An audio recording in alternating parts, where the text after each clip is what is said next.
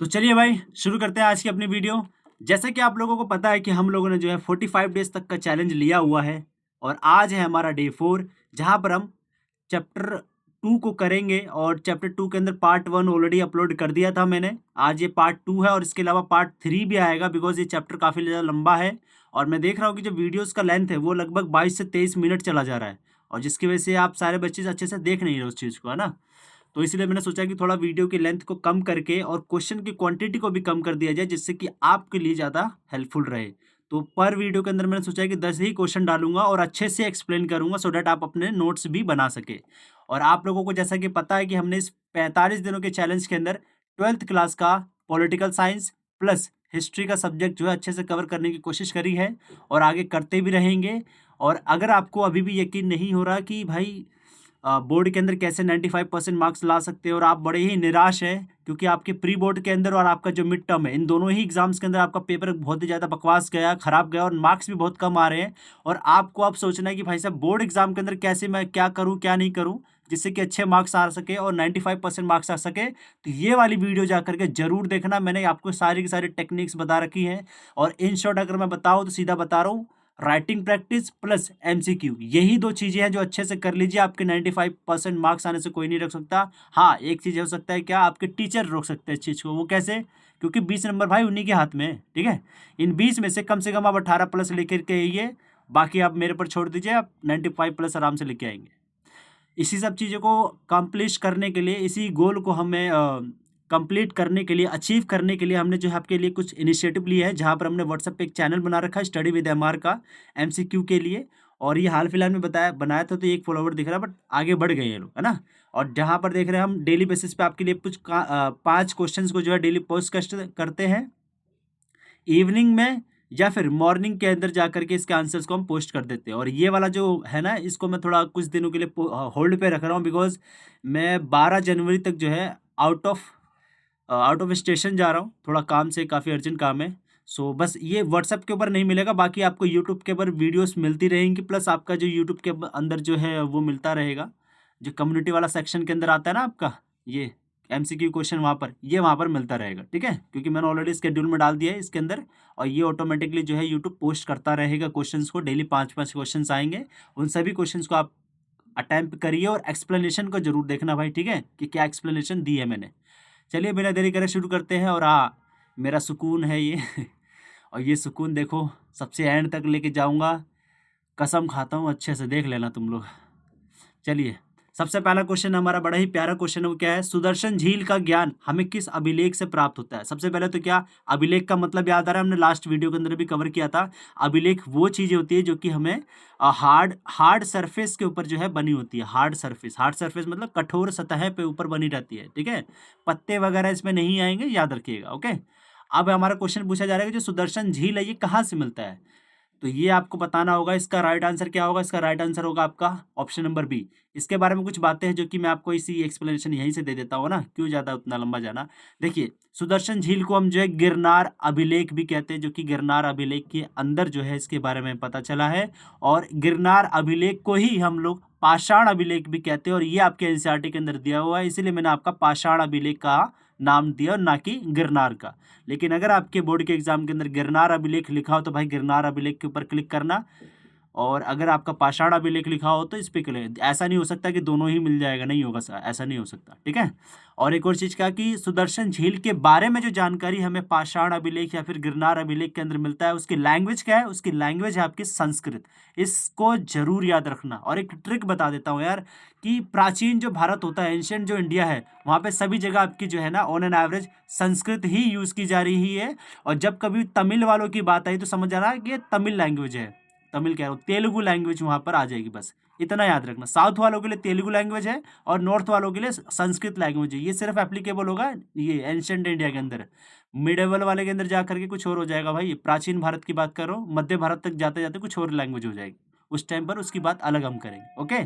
और यहाँ पर जो है इस अभिलेख के अंदर जो है ये बताया जा रहा है कि शक के शासक, शक शासक बेसिकली क्या होता है? जैसे मान लो मेरा नाम शर्मा, अभिमन्यु शर्मा है ना, तो शर्मा शासक हो जाऊंगा मैं, अगर मैं मतलब राज करता तो।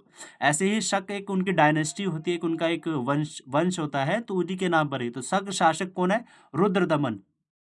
रुद्र दमन की जो उपलब्धियां हैं उसी को ही जो है लिखा गया है इस अभिलेख के अंदर। उस अभिलेख के अंदर जो है आपका सुदर्शन झील के बारे में भी बताया गया। और ये भी याद रखिएगा, ये कृत्रिम जलाशय है। कृत्रिम का मतलब क्या होता है? जो बनावटी होता है, जो खुद से बंदों ने बनाया हो, मैन्युअली खुद कुछ बनाया हो। जलाशय मतलब लेक होता है इसका मतलब, ठीक है, खुद से जो झील को बनाया है और इन लोगों ने चीज करी है। अगला क्वेश्चन देखते हैं भाई, जातक कथाएं पहली शताब्दी ईस्वी के मध्य किस भाषा में लिखी गई? तो पहली इंपॉर्टेंट क्वेश्चन है, याद रखिएगा। जो जातक कथाएं होती है ये स्पेशली जो आम जनता होती है, जो आम लोग होते हैं, ये बोल चाल के मतलब ओरली जो है ट्रांसफर करते रहते थे पहले, लेकिन बाद में जाकर के पहली शताब्दी के अंदर इन्होंने जो है सबसे पहली बार लिखना भी स्टार्ट कर दिया उन कथाओं को।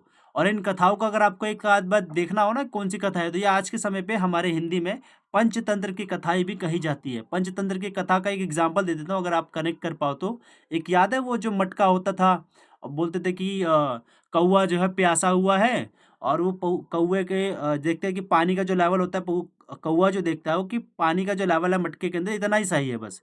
तो वो क्या करता है कि कंकड़ डाल के जो पानी का जो लेवल है वो थोड़ा ऊपर आ जाता है, फिर वो पी लेता है और ये हो जाता है।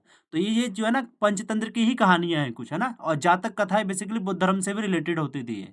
तो इसकी जो लैंग्वेज वो क्या है, इसकी लैंग्वेज इस बार पाली, ना कि प्राकृत। हालांकि प्राकृत जो है कॉमन भाषा थी, आम जनता की भाषा थी, लेकिन जातक कथा स्पेशली पाली भाषा के अंदर लिखी जाती थी। ये चीज आज आप जो है अच्छे से याद रखिएगा। लिखा भी यहाँ पर जातक कथा पहली बार पाली भाषा में जो है लिखी गई थी।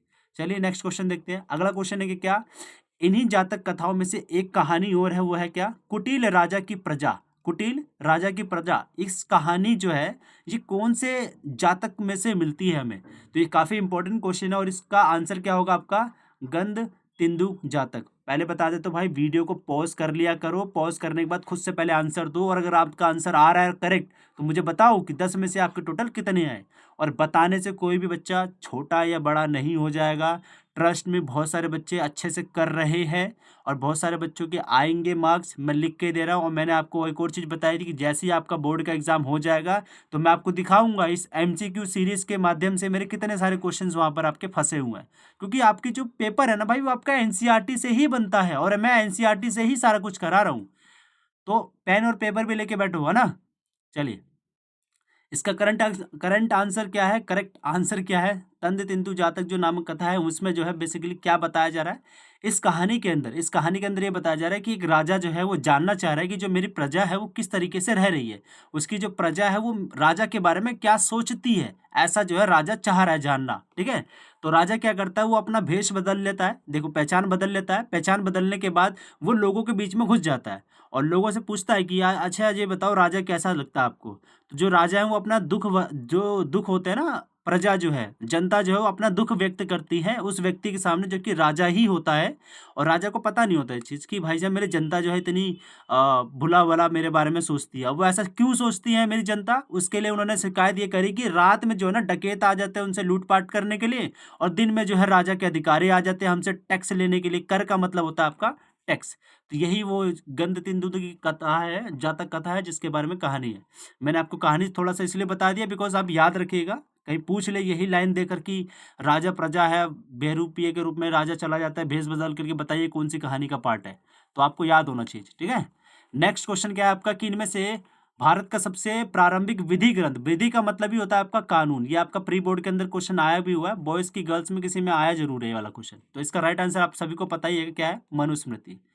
बहुत से बच्चों ने सही कर भी दिया था, आप देख सकते हैं क्या है, मनुस्मृति। हाँ, इसमें एक चीज ज्यादा याद रखिएगा, वो क्या, ये भी आपका संस्कृत भाषा के अंदर ही है, ठीक है, इसको याद रखिएगा। ये भी क्या है, संस्कृत भाषा के अंदर ही है। और इस ग्रंथ में जो है राजा को कुछ सलाह दी गई है, और राजा को क्या क्या सलाह दी गई है अगर आपको वो जानना है तो भाई ये ऐसे होता है ना बॉक्स आपका, जैसे मान लो पूरी NCERT है तो पूरी NCERT के यहाँ पर जो एक बॉक्स दिया होगा उसको जाकर के पढ़िएगा, मिल जाएगा। सेकंड चैप्टर में से उठाया ये भी मैंने। नेक्स्ट क्वेश्चन क्या है कि किस भाषा में गृहपति शब्द का प्रयोग छोटे किसान और जमींदारों के लिए किया जाता है? तो आप सभी को पता है गृहपति का मतलब क्या होता है कि छोटे किसान या बड़े किसान। एक चीज बता देता हूँ मैं आपको, जैसे मान लो ये भारत है हमारा, मान लेते हैं भाई, है ना, जस्ट ये ऐसे ही है ना, मान लेते हैं हमारा खाता पिता या फिर सुखड़ा सा भारत है, मान लेते हैं। तो ये नीचे की साइड होता है साउथ और ऊपर वाला क्या होता है नॉर्थ। तो याद रखिएगा नॉर्थ के अंदर किसान को ही कुछ और बोला जाएगा, साउथ के अंदर जमींदार को नॉर्थ में कुछ और बोला जाएगा, साउथ में कुछ और बोला जाएगा। मतलब क्या है कि दो प्रकार के वर्ड्स हमें मिलते हैं और उन्हीं दो प्रकार के सभी वर्ड्स को आपको अच्छे से याद रखना है। हालांकि आपके एनसीईआरटी के अंदर चैप्टर नंबर 2 के अंदर अभी के लिए बस गृहपति शब्द का इस्तेमाल मिला है, जिसका मतलब क्या होता है छोटे किसान या फिर जमींदार। और ये कौन सी भाषा से मिले हुए हैं ये हमें मिला है पाली भाषा के ये शब्द है ये, ठीक है। इसको आप अच्छे से याद रखिएगा। और ये देख सकते हैं पाली भाषा में गृहपति शब्द का मतलब भी होता है छोटे किसान या बड़े किसान। और हाँ, एक चीज और, इनकी जो पोस्ट है वो कैसी होती थी, ये होती थी वंशानुगत। वंशानुगत मतलब हेरिडिटी होती थी। मतलब क्या, पहले एक राजा है, फिर राजा का बेटा फिर राजा बनेगा, फिर उसका बेटा राजा बनेगा। मतलब पहले गृहपति था, फिर गृहपति के बाद उसका बेटा ही गृहपति बनेगा, फिर उसके बेटे का फिर बेटा गृहपति बनेगा। मतलब क्या, कोई दूसरा बंदा नहीं आ पा रहा है, इनका ही वंश जो है आगे बढ़ता जा रहा है, ठीक है। ये याद रखिएगा। और यहाँ पे देख सकते हैं वर्ड्स है, इसके बारे में मैं अभी डिस्कस नहीं करूंगा इसको, बिकॉज इसके रिलेटेड हमने क्वेश्चन में डाल रखा है, तो वहां पर मैं आपको अच्छे से बताऊंगा। अगला क्वेश्चन आपका क्या है कि इनमें से कोई एक गलत कथन हमें जो है चारों में से चुनना है। वो क्या है गलत कथन, सुनिए जरा। खेती की नई तकनीकों से उपज के साथ साथ भेदभाव भी बढ़ा। अच्छा जी, ठीक है, ये बात तो सही है। वैसे पाली भाषा में गृहपति, तो अभी जस्ट हमने पढ़ा है कि इसको क्या होता है छोटे किसानों जमींदारों के लिए वर्ड यूज किया जाता है, बात ये भी सही है। प्रारंभिक तमिल संगम साहित्य में विलल्लार, भाई विलल्ला है वो, उलवर तथा आड़ीमई, अरे भाई ये आड़ीमई वर्गों का उल्लेख मिलता है। मतलब बात ये भी सही है ऑन एवरेज।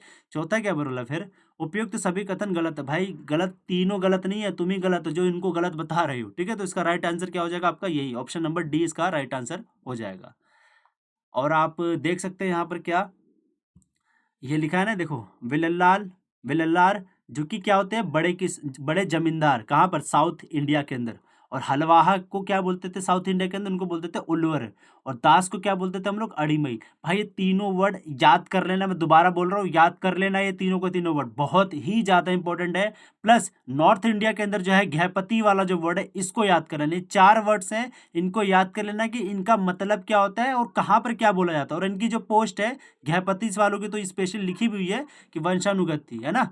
तो याद रखिएगा। और इनफैक्ट ये पूरा का पूरा पैराग्राफ ही पढ़िए भाई, ये लिखता हूँ ना जो सारी चीजें, ये मैं फालतू नहीं लिख रहा है, बहुत इंपॉर्टेंट चीज है ये।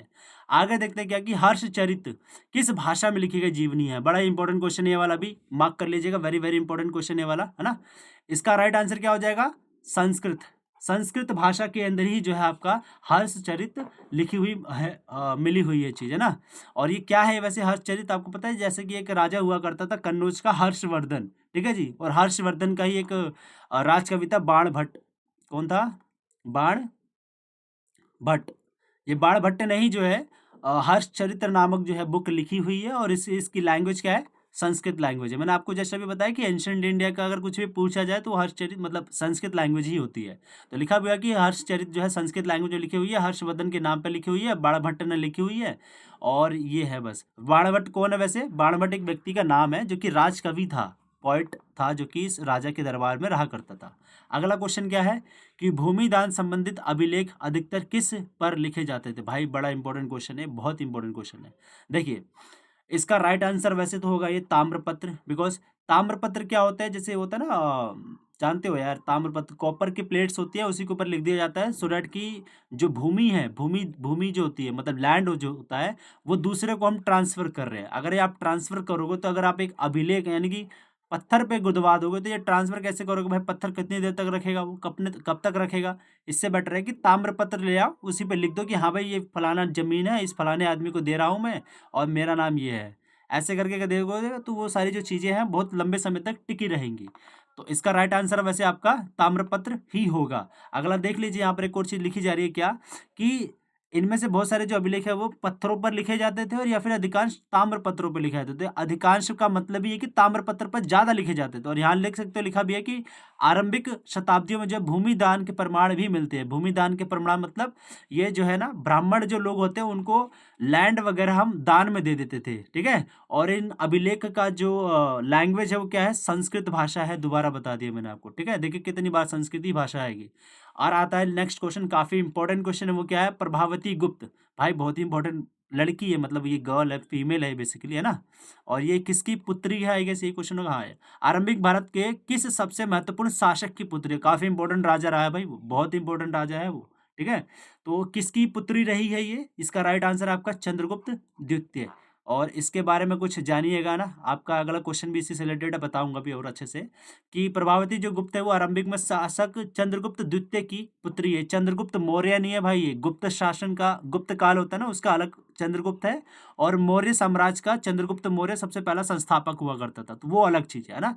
और ये बताया जा रहा है कि जो प्रभावती गुप्त है इसकी शादी होती है किससे, दक्कन के पठार के वकाटका परिवार से। ये भी एक वो है, जैसे शर्मा परिवार होता है ना, वैसे ये वकाटक परिवार भी है। तो वहां पर इनकी जो है शादी हुई थी। तो ये भी चीज आप अच्छे से याद रखिएगा। अब नेक्स्ट क्वेश्चन है जो कि है आखिरी क्वेश्चन हमारे इस वीडियो का, और काफी इंपॉर्टेंट क्वेश्चन है ये वाला भी। और मैं बता रहा हूँ छुपा हुआ क्वेश्चन है, काफी वेरी वेरी इंपॉर्टेंट, समझ लीजिए इस चीज को। क्या बताया जा रहा है कि प्रभावती गुप्त का राज्य क्षेत्र किसने उत्कीर्ण किया था। एक चीज बता दूं कि प्रभावती गुप्त का नाम बार बार इसीलिए आ रहा है बिकॉज शुरुआत के समय में, यानी कि प्राचीन भारत के अंदर जो है किसी भी महिला के पास प्रॉपर्टी के राइट्स नहीं हुआ करते थे, या फिर उनके पास कोई भी ना लैंड वगैरह नहीं हुआ करती थी, भूभाग जो है नहीं रहा करती थी। लेकिन ये एक औरत ऐसी है जिसके पास भूभाग थी, प्रॉपर्टी का राइट था। कुछ लोग ऐसा कह रहे हैं बिकॉज ये राजा की बेटी थी इस वजह से इसके पास था, अदरवाइज इसके पास भी नहीं होता। तो ये इजीली जो है ना, ये प्रभावती गुप्त का नाम कुछ ज़्यादा ही इंपॉर्टेंट हो जाता है। और जो इसने ना एक अभिलेख लिखा था, उस अभिलेख के अंदर जो है बेसिकली क्या हुआ था कि इन्होंने जो प्रॉपर्टी इनके पास थी वो उन्होंने ना दान में दे दी थी, दान में दे दी थी। और यही दान में देने की जो चीज़ है इसको अभिलेख में लिखवा दे, पत्थर के ऊपर गड़वा दिया। और गढ़ने का जो काम करा, लिखने का जो काम करा, वो किसने करा, यही आपका क्वेश्चन यहाँ पर पूछा गया। तो इसका राइट आंसर हो जाएगा चक्रदास। बड़ा ही इंपॉर्टेंट क्वेश्चन है भाई, बड़ा छिपा हुआ क्वेश्चन है, याद रखिएगा प्लीज। देखिए यहाँ पे लिखा हुआ है कि प्रभावती गुप्त ने अपने अभिलेख में कहा कि आज पढ़ लीजिएगा तो ज़्यादा इंपॉर्टेंट, यहाँ लिखा हुआ है कि इन्होंने 13वें राज्य देश में लिखा है कि इसे चक्रदास ने उत्कीर्ण किया। तो ये इंपॉर्टेंट चीज़ है, इसको अच्छे से आप याद रखिएगा। और अभी के लिए बस इतना ही। नेक्स्ट वाला जो वीडियो आएगा पार्ट 3, जहाँ पर हमारा डे 5 हो जाएगा, उसके अंदर मैं आपको जो चैप्टर नंबर 2 है वो अच्छे से कंप्लीट हो जाएगा। और दोबारा बोल रहा हूँ, कम्युनिटी सेक्शन में जाओ, जा करके एमसीक्यू को अटेम्प्ट करो और देखो कि कितने सारे आपके सही हो रहे, कितने सारे आपके गलत हो रहे हैं। भाई ये बहुत ही हाई टाइम है आपका, मैं बता रहा हूँ दोबारा से, बहुत हाई टाइम है। जग जाओ, जाग जाओ, जो करना है कर लो, स्टार्ट हो जाओ बस। और हाँ, हमारे एमसीक्यू सीरीज के थ्रू, मतलब प्यार से बोलना पड़ेगा, बोर्ड्स की टेंशन मिटाओ, एनसीईआरटी एमसीक्यू लगाओ। अगर आपने सपने बड़े देखे हैं तो भाई एफर्ट्स भी बड़े लगाने पड़ेंगे, और अगर अभी नहीं करा तो कभी नहीं कर पाओगे बेटा। 12th क्लास में हमेशा ऐसे ही रह जाओगे, ठीक है।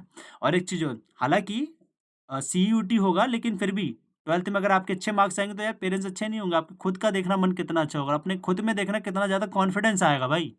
इसलिए बोलता हूँ लगाओ, ठीक है। तो चलिए अभी के लिए वीडियो को करते हैं यहीं पे विराम। छोटों को प्यार, बड़ों को नमस्कार। छोटी सी लाइफ में करो एंजॉय यार, ऐसा कुछ करके जुमला सा बन गया ना। चलो बाय बाय, कोई नहीं। Thank you guys, bye bye, love you, take care all.